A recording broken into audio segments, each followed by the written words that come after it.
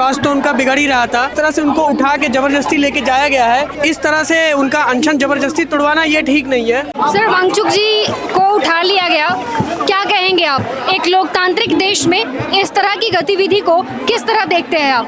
देखिए, उनकी स्वास्थ्य का जो चिंता है, जो हाईकोर्ट ने उनकी स्वास्थ्य के ऊपर चिंता व्यक्त किया है, वो बिल्कुल ठीक है। स्वास्थ्य तो उनका बिगड़ ही रहा था और सरकार को कोई ना कोई कदम लेना चाहिए कि वो अपना अनशन तोड़े और अपने स्वास्थ्य की तरफ थोड़ा ध्यान दे।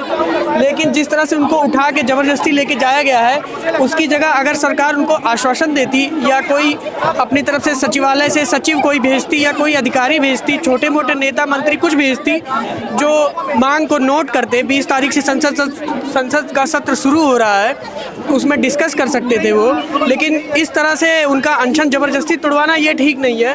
उनसे बात करनी चाहिए थी और सरकार के बीच में और यहाँ जो प्रोटेस्ट कर रहे हैं लोग, या सीधा सोनम वांगचुक जी के साथ में जो बातचीत है उसको एक कम्युनिकेशन इस्टेब्लिश करना चाहिए था गवर्नमेंट को।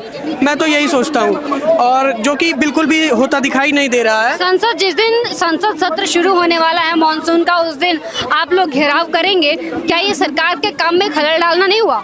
सरकार को कहीं ना कहीं ये सुनना पड़ेगा। अगर हम यहीं बैठे रहे, आप इसको देखिए चारों तरफ से ये कैसे घिरा हुआ है। कोई भी चीज़ एक लिमिट तक ही परसू की जा सकती है। एक लिमिट पार होने के बाद कहीं ना कहीं उस घिराव से हमको बाहर निकलना ही पड़ता है, हर किसी को निकलना पड़ता है। अगर आप सोचिए कि इसके अंदर ही बैठे रह जाएं और सरकार यही रवैया अपनाती रह जाए, जब सरकार को बता दिया गया है कि हम 20 तारीख को घेराव करने वाले हैं, उसके पहले ही सरकार के पास वक्त है, वो कोई स्टेप ले सकती है। उसके पहले ही वांगचुक को क्यों उठा लिया गया? उसके पहले हो सकता है कि मैं ऐसा नहीं कहूँगा कि बिल्कुल उठा लिया गया तो गलत किया। उनके स्वास्थ्य, उनका जीवित रहना सबसे ज़्यादा मेरे लिए अभी ज़रूरी है। मैं नहीं चाहूँगा कि वो इस तरह से, अगर सरकार जवाब नहीं दे रही है, और भी तरीके अपनाएंगे, लेकिन उनके जीवित रहने उनके साथ अपनाएंगे। जी सर, आप क्या कहना चाहेंगे? जो आज इस वक्त देखा जा रहा है कि इतना प्रोटेस्ट हो रहा है, लगभग कई दिनों से प्रोटेस्ट किया जा रहा है, नीट पेपर लीक मेन मुद्दा है, क्या कहेंगे इस पर? ये सब गवर्नमेंट को सुननी चाहिए इनकी बात, सरकार को। मोदी जी ने ये कहा था ना कि 140 करोड़ लोगों की वजह से मैंने अपना परिवार छोड़ा है, और कई रैलियों में आपने देखा होगा वो बड़े भावुक हो जाते थे इस बात को लेके कि पूरा भारत मेरा परिवार है। अब ये भी तो इनके परिवार के बच्चे हैं, परिवार के हिस्सा हैं। अगर वो मानते हैं इस चीज़ के लिए कि भारत मेरा परिवार है, तो उन्हें देखना चाहिए, इनकी बात सुनना चाहिए बच्चों की।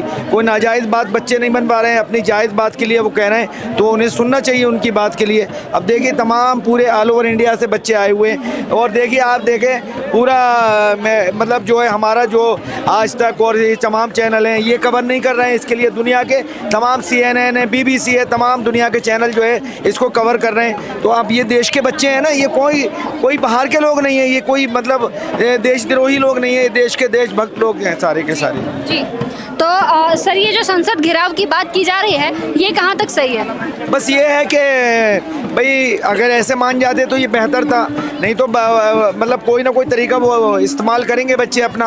भाई जो उन्हें सही लग रहा है बच्चों के लिए वो करेंगे बच्चे, नहीं तो अगर सरकार नहीं चाहती कि संसद का घेराव हो, तो अभी भी हमारे पास कल का दिन बचा हुआ है। सरकार कुछ अच्छे कदम उठा के किसी दूसरे तरीके। अच्छे कदम में क्या चाहते हैं? अब अच्छे कदम में हम चाहते हैं कि सरकार की तरफ से कोई आए, वो डायरेक्ट बात करे, वांगचुक जी से डायरेक्ट बात करे। अभी अस्पताल लेके गए हैं, वो मीडिया को बुला के प्रेस कॉन्फ्रेंस रखें, एक प्रेस कॉन्फ्रेंस में ये बताएं कि उन्होंने कैसे बात की, क्या क्या पॉइंट्स यहाँ से उन्होंने कलेक्ट किए हैं, और जब संसद सत्र शुरू होगा तो वो कैसे उन पॉइंट्स को डिस्कस करके रिजॉल्व करेंगे।